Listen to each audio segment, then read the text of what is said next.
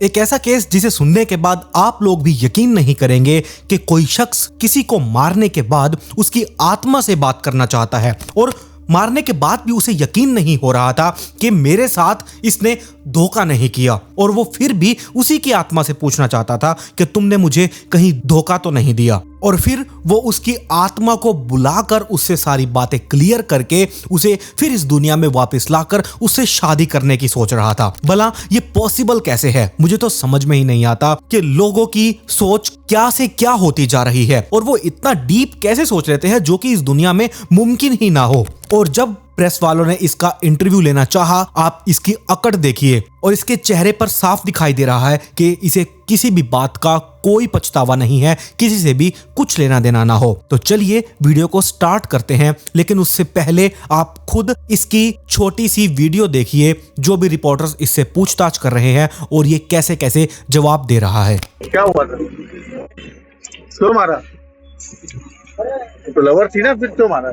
कुछ नहीं हुआ, छोड़ो, जो हो गया हो गया यार। अरे कैसी बातें कर रहे हो? आपने मारा एक लड़की को, आपकी प्रेमिका थी वो, उसको छोड़ दो ना, क्या करोगे जान के। अच्छा, वहाँ आपने तंत्र मंत्र किया था मुंबई में, पूछ बुलाया? कुछ नहीं है मैंने। अच्छा, दर्दनाक तरीके से मारा है तुमने उसको, हुआ अच्छी है वो चली गई, कैसी बातें कर रहे हो कि कुछ नहीं हुआ?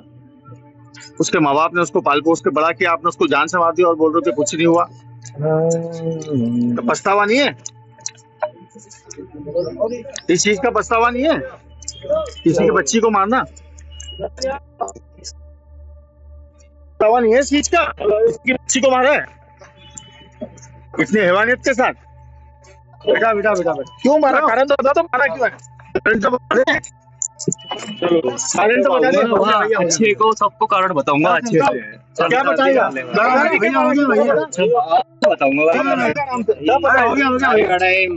टाइम आएगा।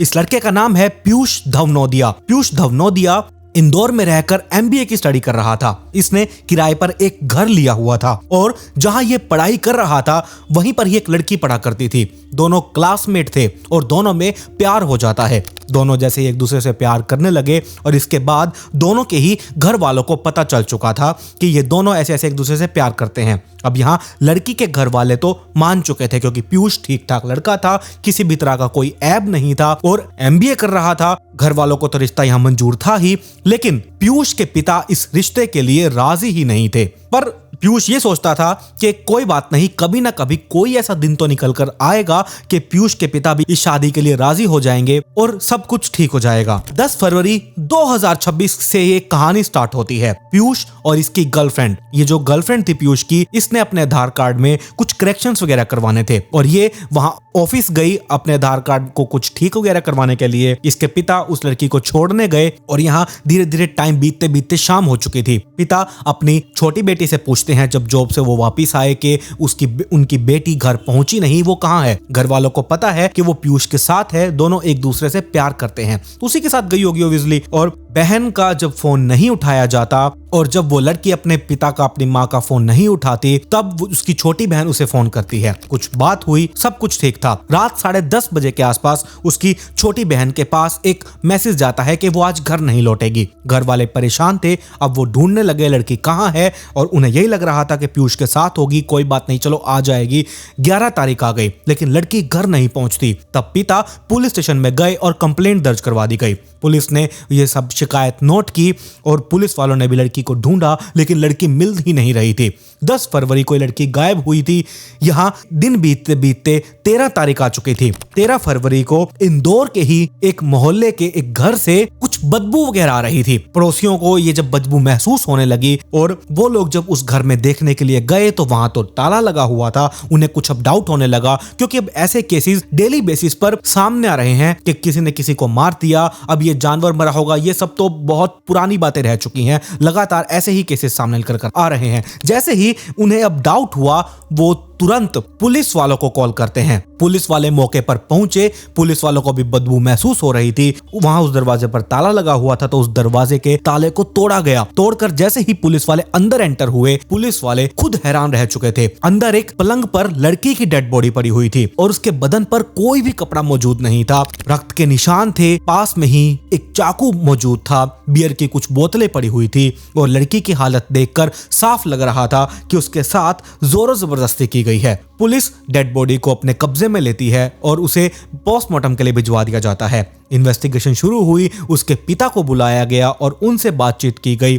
अब यहाँ सब कुछ पीयूष के ऊपर डाउट आ चुका था। जैसे ही इस लड़की की यहाँ लाश मिली और ये जो रेंटेड हाउस था ये पीयूष के नाम पर था, पीयूष ने किराए पर लिया हुआ था। अब पुलिस वाले पीयूष को ढूंढना शुरू करते हैं, लेकिन पीयूष कहीं भी नहीं मिलता। यहाँ अब पीयूष का फोन तो बंद जा रहा था, लेकिन उसकी गर्लफ्रेंड का फोन अभी भी ऑन था। पुलिस वालों ने जब उसे ट्रैक किया, उसकी लोकेशन महाराष्ट्र की दिखाई दी। पुलिस वाले उसी मोबाइल की लोकेशन को ट्रेस करते हुए महाराष्ट्र पहुंच जाते हैं। वहां थाने के आसपास की वो जो थाना एक लोकेलिटी है, एरिया है, वहां उस लड़की के फोन की लोकेशन दिखाई दे रही थी। अब पुलिस वालों ने मुंबई पुलिस को बताया कि ऐसे ऐसे यहाँ एक केस हो चुका है, एक लड़का अपनी ही गर्लफ्रेंड को मारकर भागा है और उसकी लोकेशन यहाँ थाने में दिखा रही है। अब उस थाने की जो लोकल पुलिस थी वो सर्च शुरू करती है। वहीं पीयूष को पकड़ लिया जाता है, उसे अरेस्ट किया गया, उसे पुलिस स्टेशन लाया गया। अब उससे पूछताछ करनी थी। अब महाराष्ट्र में उसे पकड़ा था, लेकिन महाराष्ट्र में तो उसने कोई क्राइम किया नहीं था। क्राइम तो वो इंदौर में करके भागा था। तो फिर महाराष्ट्र पुलिस ने जैसे ही उसे पुलिस स्टेशन लेकर गए, उससे बैठाया, पूछताछ की गई, तब उसने कहा कि मुझे एक प्लेन पेपर चाहिए। उसे कोरा कागज दिया गया। उसने उस कोरे कागज पर सारी कहानी लिखी। वो कहानी पुलिस वालों ने पढ़ी। अब उसे फिर इंदौर लाया गया। इंदौर में पुलिस ने फिर उससे पूछताछ शुरू की इस केस के बारे में। उसने फिर इंदौर पुलिस को भी यही कहा कि मुझे एक ब्लैंक पेपर और एक पेन चाहिए। पुलिस ने फिर ब्लैंक पेपर दिया और फिर उसने वही कहानी लिखी, सेम वही कहानी जो उसने मुंबई के ही एक थाने में बैठकर वो कहानी लिखी थी, या इंदौर में भी उसने सेम कहानी लिखी। अब वो कहानी थी क्या? इंदौर की सबसे ही दहला देने वाली ये कहानी निकलकर सामने आई। जब पूरी कहानी उसने कागज पर लिखी और पुलिस को उसने पूछताछ में बताया, वो कहानी अब आप सुनिए। उसका कहना यह था कि वो अपनी गर्लफ्रेंड से बहुत प्यार करता था, उसे शादी करना चाहता था। लड़की के घर वाले तैयार थे, लेकिन पीयूष के पिता तैयार नहीं थे। फिर भी उसने कहा कि कोई बात नहीं, कि कोई दिन तो ऐसा निकलकर सामने आएगा कि उसके पिता इस शादी के लिए राजी हो जाएंगे। तो उसे इस बात की कोई भी टेंशन नहीं थी। लेकिन फिर पीयूष को कुछ दिनों के बाद उसके मन में कोई ख्याली पुलाव आने लगे कि भाई जो उसकी गर्लफ्रेंड है वो उसे अब प्यार नहीं करती, क्योंकि 15 दिन बीत चुके थे उसकी गर्लफ्रेंड से उसकी बात ही नहीं हुई थी। उसने कोई बात ही नहीं की पीयूष से। अब ये बात है जनवरी के एंड वीक की। उसे लगा कि उसने एकदम से अचानक बात करना बंद कर दिया, पता नहीं उसे क्या हो गया। अब पीयूष उसे फोन कर रहा था, लेकिन वो फोन का भी जवाब नहीं दे रही थी। अब उसे गुस्सा आने लगा और उसके दिमाग में शक भर चुका था। उसके दिमाग में अलग अलग ख्याल पैदा होने लगे। अब उसे ये लगने लगा कि उसकी जो गर्लफ्रेंड है वो अलग अलग किसी और लड़कों से बात करती है। उसने अपनी गर्लफ्रेंड का मोबाइल फोन तक हैक कर लिया था। उसके पास उसकी गर्लफ्रेंड के सारे मैसेजेस शो हो रहे थे और सारी चीजें वो देख सकता था। लेकिन पीयूष को उसकी गर्लफ्रेंड के बारे में कुछ भी खास पता नहीं चला, क्योंकि सब कुछ क्लियर था। ना तो वो किसी लड़के से बात कर रही थी, अगर बात कर रही थी तो नॉर्मल टॉक थी। ऐसा कुछ नहीं था कि उसका किसी और के साथ अफेयर वगैरह चल रहा हो, तो उसे कुछ भी पता नहीं चलता। अब फरवरी के महीने में उस लड़की की छोटी बहन के जरिए उस तक मैसेज पहुंचाया गया और उसने कहा कि मुझे मिलना है। लड़की को यहाँ आधार कार्ड में करेक्शन के लिए जाना था कलेक्ट्रेट ऑफिस में। उसके पापा ने उसे वहां छोड़ा। उसके बाद कलेक्ट्रेट ऑफिस के बाद से वो पीयूष के साथ वहां से निकल गई। पीयूष उसे अपने साथ एक किराए के कमरे में लेकर जाता है। वहां जाने के बाद दोनों मिले, बातचीत हुई। फिर अचानक से पता नहीं भगवान जाने इनके आपस में क्या बातचीत हुई, क्या नहीं, शादी के बारे में बात हुई या कोई और बात हुई। अब यहाँ पीयूष को गुस्सा आने लगा था। पीयूष फिर अब उसे जबरदस्ती करने की कोशिश करने लगा, लेकिन उस लड़की ने मना कर दिया क्योंकि वो कह रही थी कि उसकी तबीयत ठीक नहीं है। और फिर यहाँ पीयूष को और ज्यादा गुस्सा आने लगा और गुस्से के साथ ये शक कि शायद इसकी जिंदगी में कोई और लड़का आ गया है और वो उससे दूर जा रही है। इसी गुस्से में उसने लड़की पर हमला कर दिया। उसका गला दबाया और फिर चाकू उठाया गया और सीने पर चाकू से वार कर दिया गया। चाकू नोक वाला, तेज धार था। अब उसके सीने में जाते ही अब लड़की की तो सांसें चल रही थी, लेकिन वो बहुत बुरी तरीके से जख्मी हो चुकी थी। उसके बाद उसने फिर गला दबाया और उसकी वहीं पर ही मौत हो गई। और उसके बाद वो आराम से उस लड़की की लाश के पास ही बैठा रहा, अपनी गर्लफ्रेंड की लाश के पास। और फिर 2.5 घंटे बैठने के बाद वो अब सोचने लगा और लड़की से बातें करने लगा, यानी कि अपनी गर्लफ्रेंड की लाश से। उसके बाद वो वहां से उठता है। उठने के बाद उसने किराए के घर को ताला लगाया और नजदीकी वाइन शॉप पर गया। वहां से बियर खरीदी। बियर खरीदने के बाद वापस घर लौटा। उसके घर से जाने और बियर लेने के टाइम पर रास्ते में जब आया गया, जहां भी सारी फुटेजेस सीसीटीवी कैमरा में कैद हो चुकी थी, वो साफ दिखाई दे रहा है। और फिर वो वापस घर में आया, उसकी लाश के पास बैठकर बियर पी। बियर पीने के बाद गुस्सा तो वो पहले था, शक भी उसके दिमाग में अभी भी चल रहा था उसे मारने के बाद भी। और फिर उसकी ही लाश के साथ उसने फिर जोरों जबरदस्ती की। इसके बाद फिर भी वो कुछ देर वहीं बैठा रहा, गर्लफ्रेंड की लाश से बातें करता रहा। और लाश बेड पर सामने पड़ी हुई है। धीरे धीरे शाम हो चुकी थी। अंधेरा जैसे ही होने लगा, वो कुछ सामान अपने छोटे से बैग में भरता है। घर को ताला लगाया गया और वो वहां से निकल गया। निकलने के बाद वो सीधा रेलवे ट्रैक पर पहुंचा। ट्रैक के बीचों बीच जाकर खड़ा हो गया कि ट्रेन आएगी कि उसे मारेगी और चली जाएगी। लेकिन अचानक से उसे पता नहीं क्या हुआ, वो घबराया, डर गया और फिर वो ट्रैक से वापस आ गया। पटरी छोड़कर वो प्लेटफॉर्म पर पहुंचा। वहां जो पहली ट्रेन आई वो गोवा जा रही थी। वो उस ट्रेन में बैठ गया। गोवा जाने वाली उस ट्रेन में बैठकर वो वहां से फिर शायद ट्रेन चेंज करता है, पता नहीं क्या था। वो सीधा महाराष्ट्र मुंबई पहुंचता है। वहां एक होटल का कमरा किराए पर लिया गया और कमरे में जाकर वो सर्च करने लगा कि आत्माओं से कैसे बातचीत की जाती है, आत्माओं को कैसे बुलाया जाता है। इसके बाद उसी होटल के कमरे में वो बाहर से कुछ सामान लेकर आया, तंत्र मंत्र वाला, और तंत्र मंत्र करने की कोशिश करने लगा। कोशिश ये कि उसकी गर्लफ्रेंड की आत्मा इस कमरे में आए और उससे वो बातचीत करे। काफी देर तक उसने ये सारी जद्दोजहद की कोशिश की, लेकिन ना ही उसकी गर्लफ्रेंड की आत्मा आती है और ना ही उसकी बात होती है। गर्लफ्रेंड को उसने अपने ही हाथों से मारा था और उसकी आत्मा से फिर बात करने की कोशिश कर रहा था। ये क्या लॉजिक है? बातचीत तो हुई नहीं। फिर वो सोचने लगा कि अब मैं क्या करूं। फिर 3 दिन इस बात को बीत गए। 13 फरवरी की तारीख आ चुकी थी और 13 फरवरी को अब यहां इंदौर में, जहां इस पीयूष की गर्लफ्रेंड की लाश पड़ी थी, वहां से बदबू आने लगी। लोगों को पता चला, उन्होंने पुलिस को फोन किया और फिर ये सब पता चला। और लड़की जो मारी गई, उसके मोबाइल के ही लोकेशन के जरिए पुलिस वाले मुंबई तक पहुंचे थे। सवाल यह था, वहां जाने के बाद भी 3 दिन तक उसने अपना मोबाइल फोन तो बंद रखा, लेकिन अपनी गर्लफ्रेंड का मोबाइल क्यों ऑन था?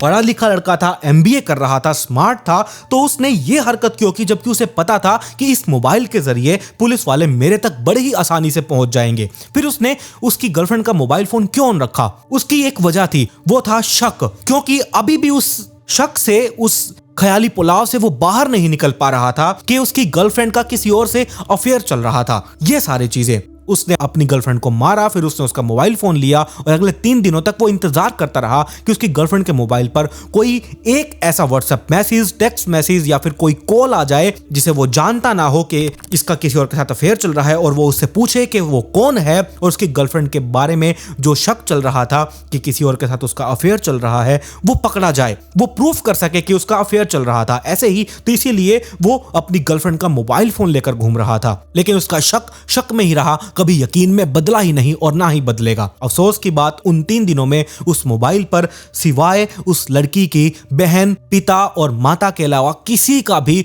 फोन नहीं आता, ना कोई व्हाट्सएप मैसेज आया। और उसे इस बात पर भी गुस्सा था कि आखिरकार 3 दिन हो गए कि उसे यकीन था कि उसकी गर्लफ्रेंड का अफेयर चल रहा है, कोई ना कोई तो मैसेज करेगा, फोन करेगा, अलग अलग लड़कों से बातचीत करती है, मुझसे दूर जा रही थी, कोई तो सच्चाई सामने आएगी। लेकिन उसके सामने कोई सच्चाई सामने नहीं आती। सच्चाई तो वही थी कि वो उसी से ही प्यार करती थी। और फिर उसके बाद उसने अपनी गर्लफ्रेंड का ही मोबाइल स्विच ऑफ किया और फेंक दिया। लेकिन अब वो बहुत लेट हो चुका था। उस लोकेशन के जरिए इंदौर पुलिस मुंबई पहुंच चुकी थी। कहां वो है कहां नहीं, फिर मुंबई पुलिस के साथ जाकर उन्होंने उसे अरेस्ट कर लिया। उसे इतनी नफरत थी अपनी गर्लफ्रेंड से कि गर्लफ्रेंड का कत्ल करने के बाद और शक में कि उसकी जिंदगी से वो दूर जा रही है और किसी और के पास जा रही है, जब ये दोनों मिला करते थे, दोनों गर्लफ्रेंड बॉयफ्रेंड जिन्हें शादी भी करनी है, लड़की के घर वाले एकदम राजी हैं शादी के लिए। पीयूष के पिता नहीं थे तो कोई बात नहीं, वो मान जाएंगे, पीयूष का यही कहना है। इन्होंने जब अपना क्वालिटी टाइम एक टाइम पर स्पेंड किया था, जब ये दोनों गर्लफ्रेंड बॉयफ्रेंड थे और एक दूसरे से हद से ज्यादा प्यार करते थे, लड़की के माता पिता राजी हो चुके थे, जो इन्होंने क्वालिटी टाइम अकेले में स्पेंड किया था, इन्होंने कुछ वीडियोस बनाई थी। मौत के बाद नफरत और गुस्से में इस पीयूष ने प्राइवेट वीडियोस को सोशल मीडिया पर ही अपलोड कर दिया, सिर्फ इसलिए ताकि उस लड़की और उस घर वालों को वो बदनाम कर सके। अब ये सारे वीडियोस अपलोड कर दिए गए, 11 ऐसी वीडियोस थी। और जब वो पकड़ा गया और पुलिस वाले जब उसे इंदौर लेकर आए तो उसने बताया कि हाँ, मैंने मारने के बाद प्यार तो मैंने उससे किया, करता भी था, और मैं उसकी आत्मा से पूछना चाहता था कि क्या तुम मुझे प्यार करती हो, क्या तुम मुझसे शादी करोगी, क्या तुम्हारी जिंदगी में मेरे अलावा कोई और है या नहीं। और उसे इस बात का कहीं ना कहीं ये भी यकीन था कि इंसान झूठ बोल सकता है, आत्मा झूठ नहीं बोलेगी। तो बस इसी वजह से वो अपनी गर्लफ्रेंड की आत्मा को तंत्र मंत्र के जरिए वापस लाकर उससे बातचीत करना चाहता था, सच उगलवाना चाहता था कि वो उससे ही प्यार करती है और उससे ही शादी करेगी, उसकी जिंदगी में और कोई नहीं है। और जो ये मर्डर करने के बाद जो उसका मकसद था आत्मा से बात करने का, उसका रीजन सिर्फ यही था कि वो ये नहीं सुन सकता था कि उसकी गर्लफ्रेंड की जिंदगी में कोई और है। पुलिस ने जब उसके पास से लैपटॉप और जो सारी चीजें थी वो बरामद की, उसे जब भेजा गया चेक करवाने के लिए, उसमें देखा गया कि YouTube पर इसने लगातार सर्च कर रखा था तंत्र मंत्र के जरिए कैसे एक आत्मा से बात की जाती है, आत्मा को कैसे बुलाया जाता है। उसने जान देने के तरीके के बारे में भी सर्च किया। वो उसने बताया कि उसकी हिम्मत नहीं हुई,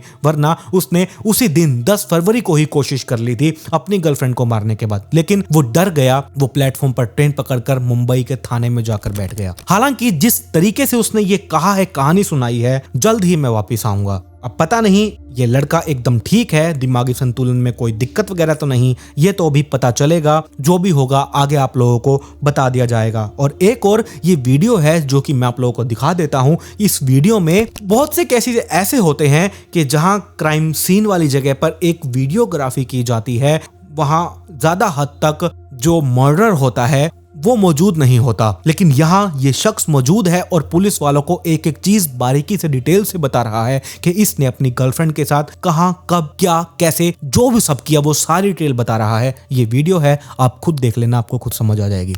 ये वही घर है इंदौर के द्वारकापुर क्षेत्र का, जहाँ पर जो MBA की छात्रा है जिसकी हत्या की गई थी, ये वही रूम है। और आज पुलिस की टीम जो है द्वारकापुर थाने की, वो आरोपी को लेके यहाँ पर आई है इस जगह पर। जो है इस रूम में जो रिव्यू किया जा रहा है घटनाक्रम जो हुआ था उसको लेके, और उसी तरह जो है पुलिस आरोपी को लेकर यहाँ के आई है। रूम के अंदर उसको ले जाकर पूरे घटनाक्रम के बारे में जो जानकारी मिलती है वो ली जा रही है। और रूम में से ये जो कमरा नंबर 6 है इस खोली का, इसमें जो है बदबू अभी भी आ रही है और पुलिस इन्वेस्टिगेशन कर रही है। आरोपी से सब चीजों की शिनाख्त की जा रही है और आरोपी जो है वो इन सब चीजों को बता रहा है, पुलिस को बता रहा है कहाँ पूरा घटनाक्रम, कहाँ कैसे कब क्या हुआ था। पुलिस पूछताछ कर रही है, यहाँ लेके आई है कि वो चाकू आखिर में कहाँ पटका, कहाँ फेंका था।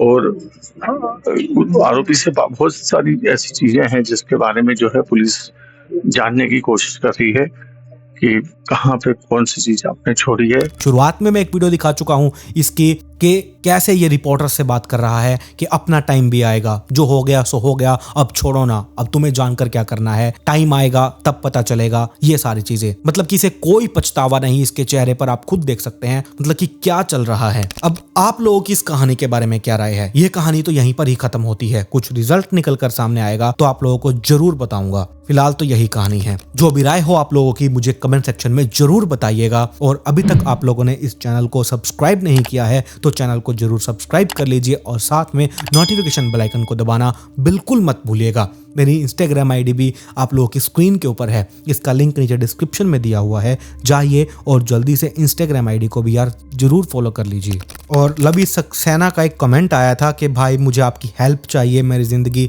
बहुत ही खराब हो चुकी है, हम सड़क पर आ जाएंगे, एनीथिंग जो भी कुछ इस भाई ने कहा। भाई मेरी इंस्टाग्राम आईडी दी हुई है, वहां पर आप मुझे मैसेज कीजिए, मैं आपको रिप्लाई जरूर दूंगा। आप जो भी बात शेयर करना चाहते हैं तो आप कर सकते हैं। खैर पिछले वीडियो का शाउट आउट @वंदना नारायण को कमेंट पिक में to get a shout out in next video. मिलते हैं ऐसे ही एक और चौंका देने वाली इंटरेस्टिंग स्टोरी के साथ।